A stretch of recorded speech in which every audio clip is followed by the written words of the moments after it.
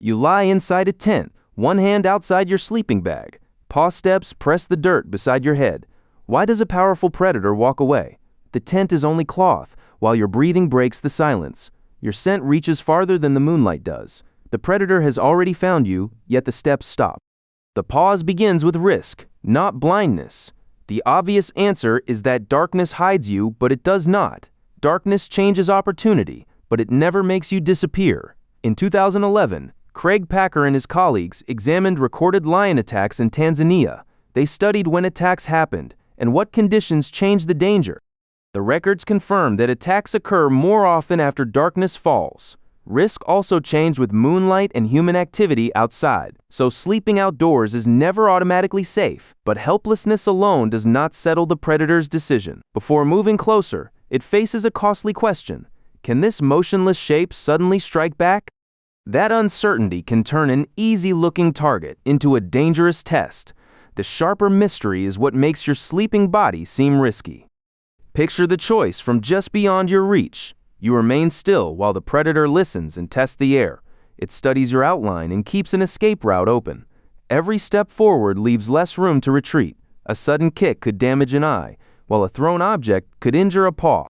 One broken tooth could make every later meal harder to secure. Being stronger does not make those injuries harmless. No numbers are running through the predator's head, but its behavior still weighs possible food against possible harm. That is why the final approach often happens in stages. From several feet away, the predator can still escape. At arm's length, any surprise arrives immediately. The predator does not need to understand sleep. It only needs to recognize that stillness can end suddenly. You could wake, rise, shout, or strike within seconds. Your silence never erases those possible reactions. Imagine finding an unopened package without any label. It might contain food, but biting it could also cause harm. Hunger makes the package interesting, while uncertainty makes opening it costly. Appetite can begin the search without finishing the decision, but another warning reaches the predator before claws or teeth matter. Your smell does not match the meals it already knows. A familiar target does not announce itself through one smell. It arrives as a matching pattern of odor, shape, movement, and behavior. When those clues agree, the predator can better predict what happens next. Around your tent, they do not agree. Your body odor mixes with soap, smoke, fabric, rubber, and metal.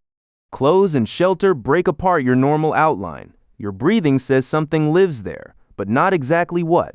The predator combines these clues before choosing its next move. A strange pattern often produces visible caution. The predator slows down, moves downwind, and studies the unfamiliar cluster. It may circle wider instead of rushing forward, or it may simply leave. Your scent is one clue, not a complete answer. However, unfamiliarity never provides permanent protection. Repeated harmless exposure can make a strange signal feel ordinary. The hesitation may then become shorter, so novelty can buy distance, but it cannot promise safety. That creates a harder question. Once a predator recognizes human signals, why might its warning grow stronger? Familiarity can place you inside a danger category instead. Recognition can warn the predator about what usually follows. Picture one stepping into an occupied campground after sunset. A flashlight beam suddenly crosses its face, and tent zippers open as several figures stand and move together. A stone strikes the ground nearby, so the predator retreats before anyone reaches it. After similar encounters, separate human clues can predict the same response. A worn path suggests someone may appear, while a shelter can hide movement that begins without warning. Ordinary conversation suggests several awake people are nearby. The warning can arrive before the response itself. Stay beside the tent, because darkness changes this pattern again. In 2018, Caitlin Gaynor at the University of California, Berkeley led a large analysis. Her team compared wildlife activity under different levels of human disturbance. Across the studies, many mammals shifted more of their activity into nighttime. Darkness let them move near human areas while reducing direct encounters. That broad nighttime shift brings the question back to your tent. Moving near a campsite is not the same as approaching you. The final few steps concentrate every possible danger into one place. Your motionless shape can become active without warning. One sudden sound can also wake an entire group. Nighttime movement does not mean caution has disappeared. The strongest test asks whether one harmless human cue can outweigh food. Researchers answered that question beside meals predators had already claimed. In 2017, Justine Smith at the University of California, Santa Cruz led that test. Her team searched the landscape for food wild pumas had killed. The pumas were already returning to those places to feed. Researchers placed hidden, motion-triggered speakers beside the meals. During some visits, the speakers played frog calls, while during others, they played ordinary human conversation. Nothing shouted, and nobody chased the pumas. The frogs changed little, but then a human voice played. The pumas fled, leaving food they had already claimed. They also returned later and spent less time feeding. A calm conversation outweighed a meal already won. That overturns the simple hunger story because hunger was present and the food was already waiting.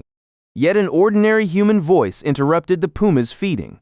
The sound only announced that a person might be nearby. That possibility carried the threat of noise, pursuit, or resistance. The pumas did not need to see those actions happen. The signal alone changed what they did. That field test maps directly onto the shape outside your tent. Your sleeping body still carries the clues linked to awake people.